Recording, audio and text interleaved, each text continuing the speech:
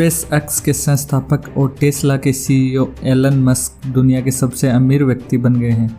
उनकी कुल संपत्ति 185 बिलियन डॉलर यानी कि करीब 1 खरब 85 अरब डॉलर को पार कर गई है। बीते गुरुवार को मस्क की कंपनी ने शेयर की कीमतों में बड़ा उछाल देखा, जिसके बाद कुल संपत्ति के मामले में वे पहले पायदान पर पहुंच गए। यह जगह मस्क ने ऑनलाइन शॉपिंग प्लेटफॉर्म अमेजॉन के संस्थापक जेफ बेजोस को पीछे छोड़कर हासिल की है। जेफ बेजोस साल 2017 से इस स्थान पर थे। मस्क की इलेक्ट्रिक कार कंपनी टेस्ला ने इस साल अपनी मार्केट वैल्यू में काफ़ी वृद्धि की है। बुधवार को यह पहली बार 700 बिलियन डॉलर तक पहुंच गई, जो car company Toyota, wagon, Hyundai, GM और फोर्ड की कुल मार्केट वैल्यू से भी अधिक है।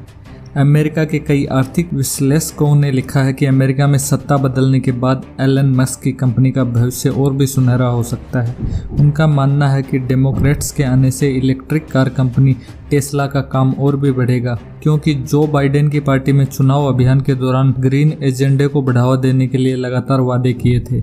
कौन है एलन मस्क और क्या क्या करते हैं? एलन मस्क के काम का दायरा सिर्फ भविष्य की कारें बनाने वाली कंपनी तक सीमित नहीं है। उनकी कंपनी टेस्ला इलेक्ट्रिक कारों में लगाने वाले पुर्जे और बैटरियां बनाती है, जिन्हें दूसरे कार निर्माताओं को भी बेचा जाता है। वे घरों में लगने वाले सोलर एनर्जी सिस्टम बनाते हैं, जिनकी मांग वक्त के साथ बढ़ी है। वे एक अंतरिक्ष अन्वेषण कंपनी भी चलाते हैं। साथ ही अमेरिका में सुपरफास्ट अंडरग्राउंड ट्रांसपोर्ट सिस्टम का खाका तैयार कर रहे हैं। आज के समय में एलन मस्क की पहचान एक अमेरिकी उद्योगपति के तौर पर है, पर उनका जन्म दक्षिणी अफ्रीका में हुआ था। उनकी मां मूल रूप से कनाडा की है और पिता दक्षिणी अफ्रीका के। मस्क के अनुसार उन्हें बचपन से किताबें पढ़ने का बहुत शौक था। वे कहते थे, बचपन में मैं बहुत ज़्यादा शांत रहता था, इस वजह से मुझे बहुत परेशान किया गया। 10 साल की उम्र में एलन मस्क ने कंप्यूटर में प्रोग्रामिंग सीखी और 12 साल की उम्र में उन्होंने ब्लास्टर नामक एक वीडियो गेम तैयार किया, जिसे एक स्थानीय मैगजीन ने उनसे 500 अमेरिकी डॉलर में खरीदा। इसे मस्क की पहली व्यापारिक उपलब्धि कहा जा सकता है। 49 वर्षीय एलन मस्क ने बिजनेस की शुरुआत असल में 1999 में हुई, जब उनके भाई किम्बल ने अपनी सॉफ्टवेयर कंपनी जिप2 के लिए एक सफल डील तलाश ली।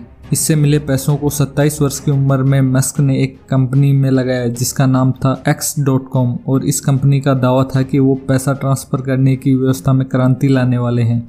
मस्क की इसी कंपनी को आज पेपाल के नाम से जाना जाता है, जिसे साल 2002 में eBay ने खरीद लिया था और इसके लिए मस्क को 165 मिलियन डॉलर मिले थे। यह उसके करियर की बड़ी उपलब्धि थी। इसके बाद मस्क ने अंतरिक्ष अन्वेषण के तकनीकों पर काम करना शुरू किया। उनके इसी प्रोग्राम को स्पेसएक्स का नाम दिया गया था, जिसने कहा कि मनुष्य आने वाले वक्त में दूसरे ग्रहों पर भी रह सकेगा।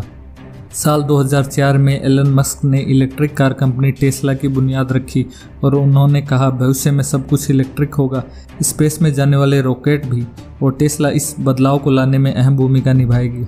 मस्क की सफलता का राज क्या है?